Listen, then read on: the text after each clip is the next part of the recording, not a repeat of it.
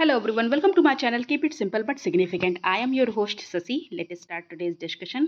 Video का PDF चाहिए तो आप कमेंट सेक्शन में लिंक देख सकते हैं. आप टेलीग्राम ग्रुप ज्वाइन कर सकते हैं. Hyderabad in Telangana is located on the bank of which river.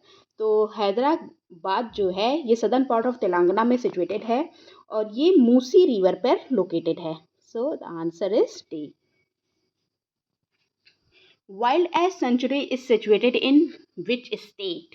तो किस स्टेट में है वाइल्ड लाइफ सेंचुरी? ये स्टेट है Gujarat. Answer is B. Indian wildlife as sanctuary also known as wildlife sanctuary. Okay, और ये लोकेटेड है लिटिल रन ऑफ कच्छ में, गुजरात में. और इसका जो एरिया है, जो एरिया कवर करता है 4954 किलोमीटर स्क्वायर का एरिया ये कवर करता है. Spring tides occur on which of the following days. किस डेज में आता है स्प्रिंग टाइड्स?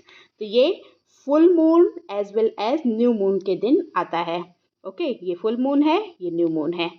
ओके,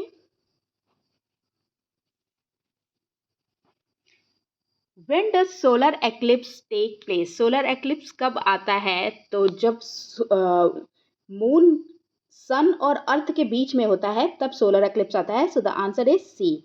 मून है वो सन और अर्थ के बीच में होगा. ये सन है, ये मून है, ये अर्थ है. इसके बीच में जब होगा तब ये सोलर एक्लिप्स आएगा और ये स्ट्रेट लाइन में होंगे. ओके, स्प्रिंग टाइड कहते हैं इनको. What is the cultivation of fish, shellfish and aquatic plants called? तो इसको क्या कहा जाता है? Cultivation of fish, shellfish and aquatic plants. इसको कहा जाता है aquaculture. Answer is D. Aquaculture also known as aquafarming is the cultivation of aquatic organism. What is the effect of rotation of earth on the direction of the winds called? तो इस effect को कहा जाता है Coriolis effect. Answer is B. Coriolis effect में क्या होता है? विंड जो ब्लो करती है नदर्न हेमिस्फेयर में वो डिफ्लेक्ट हो जाती है राइट साइड में, और जो सदर्न हेमिस्फेयर में ब्लो करती है विंड वो अपने लेफ्ट साइड में डिफ्लेक्ट हो जाता है, इसी बिकॉज ऑफ कोरियोलिसिस फोर्स. और इस प्रिंसिपल को कहा जाता है डिफ्लेक्शन, प्रिंसिपल ऑफ डिफ्लेक्शन या Ferrel's law. Which among the following statement is correct about terrace. Terrace के लिए कौन सा स्टेटमेंट इसमें करेक्ट है? टेरेस क्या होता है? It is a step like landform. Answer is D. Terrace होता है step like landform. Which is the longest beach in the world. Longest beach कौन सा है? तो ये है प्रेया दो कैसिनो. ये एक लॉन्गेस्ट बीच है. कहाँ पे है? ब्राजीलियन कोस्ट पे है. ब्राजीलियन कोस्ट पे है ये. ओके, और ये जो अटलांटिक ओशन साइड में है, सदर्न अटलांटिक ओशन साइड में ब्राजीलियन कोस्ट पे है, और ये वाइट सैंड्स के लिए फेमस है. Why the North Atlantic sea route is regarded as important international trade route. North Atlantic sea route जो है ये इंपॉर्टेंट इंटरनेशनल ट्रेड रूट के लिए जाना जाता है. क्यों? Because it connects to industrial developed parts of the world. Okay, America को यूरोप से कनेक्ट कर देता है. इंडस्ट्रियल पार्ट्स है ना, इसलिए इम्पॉर्टेंट है. National botanical garden is located in which city. तो नेशनल बोटानिकल गार्डन कहाँ पे लोकेटेड है? ये लोकेटेड है कोलकाता में. Answer is C. Okay, Shibpur है जहाँ पे कोलकाता में एक है शिवपुर प्लेस, वहाँ पे ये लोकेटेड है वेस्ट बंगाल में. The lowest population density is found on which of the following union territories. तो लोवेस्ट पॉपुलेशन डेंसिटी कहाँ पे पाई जाती है? ये पाई जाती है कौन सी यूनियन टेरिटरीज में? अंडमान एंड निकोबार में पाई जाती है. Okay, The highest number of tribal people was recorded in which of the following state of India as per the census of India 2011?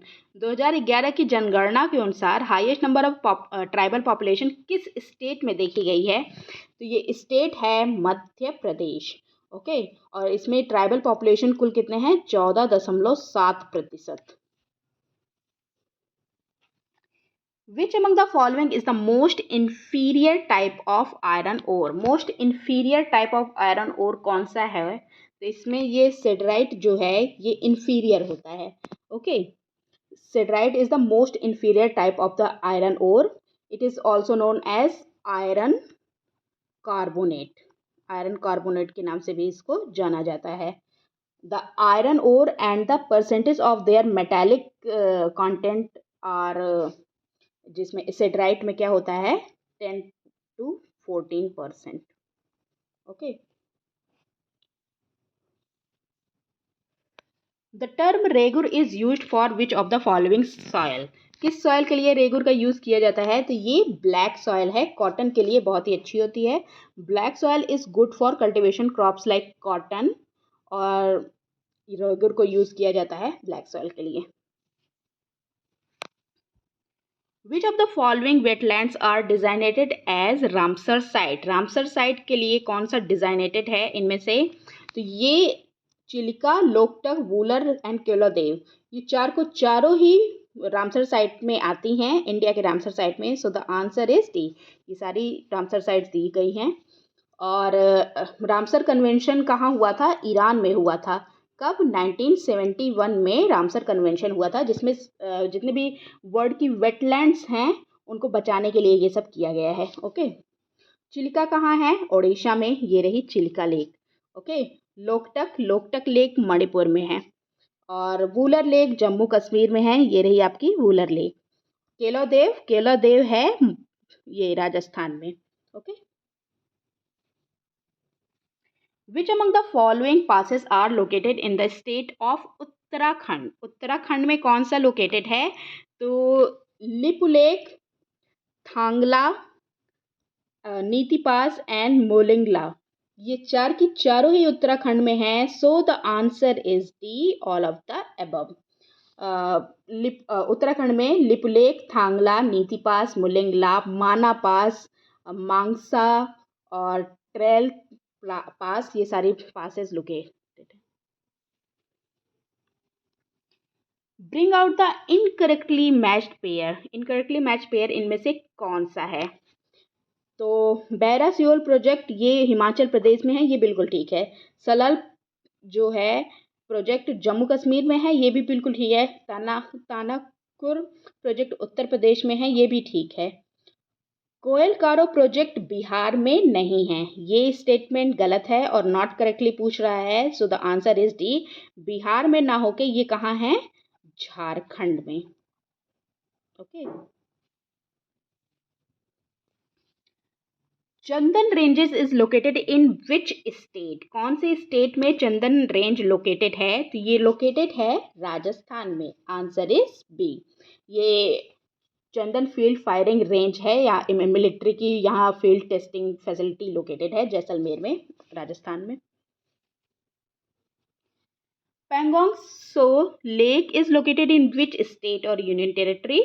तो किस में ये लोकेटेड है? ये लोकेटेड है, देखिए ये ऐसे जाता है, ऐसे कर दिया गया है ना।